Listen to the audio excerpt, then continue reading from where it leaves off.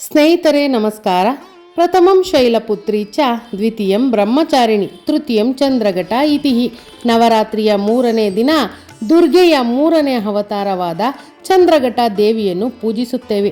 ಪಾರ್ವತಿ ದೇವಿ ಚಂದ್ರಘಟ ರೂಪವನ್ನು ತಾಳಲು ಕಾರಣವೇನು ಹಾಗೂ ಚಂದ್ರಘಟ ದೇವಿಯ ಮಹಾತ್ಮೆಯನ್ನು ಇವತ್ತಿನ ವಿಡಿಯೋದಲ್ಲಿ ತಿಳಿಸ್ತಾ ಹೋಗ್ತೀನಿ. ಯಾರು ಕೂಡ ವಿಡಿಯೋನ ಸ್ಕಿಪ್ ಮಾಡ್ದಿರಾ ನೋಡಿ ಸ್ನೇಹಿತರೆ. ಹಿಂದೂ ಧರ್ಮದ ಪ್ರಕಾರ ದುರ್ಗಾದೇವಿಯು ಮೂರನೇ ಅವತಾರವೇ ಚಂದ್ರಘಟ. ಚಂದ್ರಘಟ ಅಂದರೆ ಗಂಟೆಯಾಕಾರದ ಚಂದ್ರನನ್ನು ಮಸ್ತಕದಲ್ಲಿ ಧರಿಸಿದವಳು ಹಾಗೂ ಚಂದ್ರಗಂಟೆಯ ಮೂರನೇ ಕಣ್ಣು ತೆರೆದೇ ಇದ್ದು ಯಾವ ಸಮಯದಲ್ಲಿ ಆದರೂ ದುಷ್ಟಶಕ್ತಿಗಳ ನಿಗ್ರಹಕ್ಕೆ ಸಿದ್ಧಳಾಗಿರುವಂತೆ ಕಾಣುತ್ತಾಳೆ. ಚಂದ್ರಘಟೆಯನ್ನು ಚಂದ್ರಿಕಾ ರಣಚಂಡಿ ಎಂದು ಕರೆಯುತ್ತಾರೆ. ಇವಳಿಗೆ 10 ಕೈಗಳಿದ್ದು 10 ಕೈಗಳಲ್ಲಿ ಶಸ್ತ್ರಾಸ್ತ್ರವನ್ನು ಹಿಡಿದುಕೊಂಡು ಸಿಂಹವಾಹಿನಿಯಾಗಿ ರಾರಾಜಿಸುತ್ತಾಳೆ. ಇನ್ನು ನಾವು ಚಂದ್ರಘಟ ದೇವಿಯ ಮಹಾತ್ಮೆಯನ್ನು ತಿಳಿಯೋದಾದರೆ, ದೇವಿ ಶುಕ್ರ ಗ್ರಹದ ಅಧಿದೇವತೆಯಾಗಿರುತ್ತಾಳೆ. ಚಂದ್ರಗಂಟೆಯು ಭೂಮಿಯ ಮೇಲಿರುವ ಎಲ್ಲ ಜೀವಿಗಳಿಗೂ ಸಂತೋಷವನ್ನು ನೀಡುವ ಮಹಾತಾಯಿ. ಇವಳ ಆರಾಧನೆಯಿಂದ ಸಂಪತ್ತು ಹಾಗೂ ಸಮೃದ್ಧಿ ನೆಲೆಸಿರುತ್ತದೆ. ಪುರಾಣ ಕಥೆಗಳ ಪ್ರಕಾರ ಹೊಸದಾಗಿ ವಿವಾಹವಾದ ಸ್ವರೂಪವನ್ನು ದುರ್ಗಾ ಮಾತೆಯು ಚಂದ್ರಘಂಟ ರೂಪದಲ್ಲಿ ತೋರಿಸಿದ್ದಾಳೆ. ಹಿಮವಂತ ಹಾಗೂ ಮೈನಾದೇವಿಯ ಪುತ್ರಿಯಾಗಿ ಜನಿಸಿದ ಪಾರ್ವತಿಯು ಶಿವನನ್ನು ಪಡೆಯಲು ಕಠಿಣ ತಪಸ್ಸನ್ನು ಕೈಗೊಳ್ಳುತ್ತಾಳೆ. ಪಾರ್ವತಿಯ ಕಠೋರ ತಪಸ್ಸನ್ನು ಮೆಚ್ಚಿದ ಶಿವನು ಮದುವೆಯಾಗಲು ಒಪ್ಪಿಕೊಳ್ಳುತ್ತಾನೆ. ಇದರಂತೆ ಹಿಮವಾನನ ಅರಮನೆಯಲ್ಲಿ ಮದುವೆಯ ಏರ್ಪಾಡುಗಳು ನಡೆಯುತ್ತಿರುತ್ತವೆ. ಸ್ಮಶಾನವಾಸಿಯಾದ ಶಿವನು ತನ್ನ ಭಯಂಕರ ರೂಪದಲ್ಲೇ ತನ್ನ ಗಣಗಳೊಂದಿಗೆ ಮೆರವಣಿಗೆಯಲ್ಲಿ ಅರಮನೆಯನ್ನು ತಲುಪುತ್ತಾನೆ. ಬೂದಿಯಿಂದ ಮುಚ್ಚಲ್ಪಟ್ಟ ಶರೀರ, ಕೊರಳಿನಲ್ಲಿ ಸುತ್ತಿದ ಹಾವುಗಳು, ಗಂಟಿನಂತಿರುವ ಜಟಾಧಾರಿಯಾದ ಶಿವ, ಅವನೊಂದಿಗೆ ದೆವ್ವಗಳು, ಪಿಶಾಚಗಣಗಳು, ಋಷಿಮುನಿಗಳು, ಅಘೋರಿಗಳನ್ನು ಒಳಗೊಂಡ ವಿಚಿತ್ರ ಮೆರವಣಿಗೆಯನ್ನು ನೋಡಿ ಪಾರ್ವತಿಯ ತಾಯಿ ಮೈನಾ ಮೂರ್ಛೆ ಹೋಗುತ್ತಾಳೆ. ವಿವಾಹಕ್ಕೆಂದು ಸೇರಿದವರು ಶಿವನ ಈ ಉಗ್ರ ರೂಪವನ್ನು ನೋಡಿ ಅವನ ಗಣಗಳನ್ನು ನೋಡಿ ಆಘಾತವನ್ನು ಅನುಭವಿಸುತ್ತಾರೆ.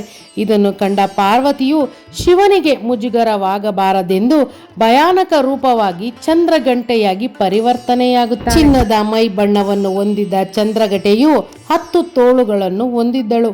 9 ತೋಳುಗಳಲ್ಲಿ ತ್ರಿಶೂಲ, ಗದೆ, ಬಿಲ್ಲು, ಬಾಣ, ಖಡ್ಗ, ಕಮಲ, ಗಂಟೆ, ಕಮಂಡಲ ಹಾಗೂ 1 ತೋಳಿನಲ್ಲಿ ಅಭಯ ಮುದ್ರೆಯಿಂದ ಸಿಂಹವಾಹಿನಿಯಾಗಿ ರೂಪ ತಾಳುತ್ತಾಳೆ. ತನ್ನ ಭಕ್ತರಿಗೆ ತಾಯಿಯಂತೆ ಆದಿಶಕ್ತಿಯು ಸಹಾನುಭೂತಿಯನ್ನು ತೋರುತ್ತಾಳೆ ಹಾಗೂ ಕೆಟ್ಟವರಿಗೆ ಭಯಾನಕ ರೂಪದಲ್ಲಿ ಕಾಣಿಸಿಕೊಳ್ಳುತ್ತಾಳೆ. ಚಂದ್ರಗಂಟೆಯ ರೂಪ ತಾಳಿದ ಪಾರ್ವತಿಯು ಶಿವನಿಗೆ ಸುಂದರವಾದ ವರನ ರೂಪವನ್ನು ತಾಳಲು ಕೇಳಿಕೊಳ್ಳುತ್ತಾಳೆ. ಪಾರ್ವತಿಯ ಮಾತಿಗೆ ಒಪ್ಪಿದ ಶಿವನು ಸುಂದರ ರೂಪ ತಾಳಿ ಆಭರಣಗಳಿಂದ ಅಲಂಕೃತನಾಗಿ ಕಾಣಿಸಿಕೊಳ್ಳುತ್ತಾನೆ. ಶಿವ ಹಾಗೂ ಪಾರ್ವತಿಯ ವಿವಾಹವು ಸಾಂಗವಾಗಿ ನೆರವೇರುತ್ತದೆ. ಹೀಗೆ ಶಿವ ಹಾಗೂ ಪಾರ್ವತಿಯ ವಿವಾಹದ ದಿನವನ್ನು ಪ್ರತಿ ವರ್ಷ ಮಹಾಶಿವರಾತ್ರಿ ಎಂದು ಆಚರಿಸಲಾಗುತ್ತದೆ. ದುಷ್ಟರನ್ನು ಸಂಹಾರ ಮಾಡಲು ಸದಾ ಸಿದ್ಧವಾಗಿರುವ ಭಂಗಿಯಲ್ಲಿರುವ ಚಂದ್ರಗಂಟೆಯ ಘಂಟಾನಾದದಿಂದಲೇ ಸಾವಿರಾರು ಅಸುರರು ನಿರ್ಮಾಣವಾದರು. ಈಕೆಯ ಕೃಪೆಯಿಂದ ಭಕ್ತರ ಎಲ್ಲ ಪಾಪಗಳು, ಕಷ್ಟಗಳು, ದೈಹಿಕ ನೋವು, ಮಾನಸಿಕ ತೊಂದರೆಗಳು ನಿವಾರಣೆಯಾಗುತ್ತವೆ. ಸಿಂಹವಾಹಿನಿಯಾದ ಈಕೆಯು ಭಕ್ತರಲ್ಲಿ ನಿಮ್ರತೆಯನ್ನು ಮೂಡಿಸುತ್ತಾಳೆ. ಅಂತಹ ಮಹಾತಾಯಿ ಚಂದ್ರಘಟ ದೇವಿ.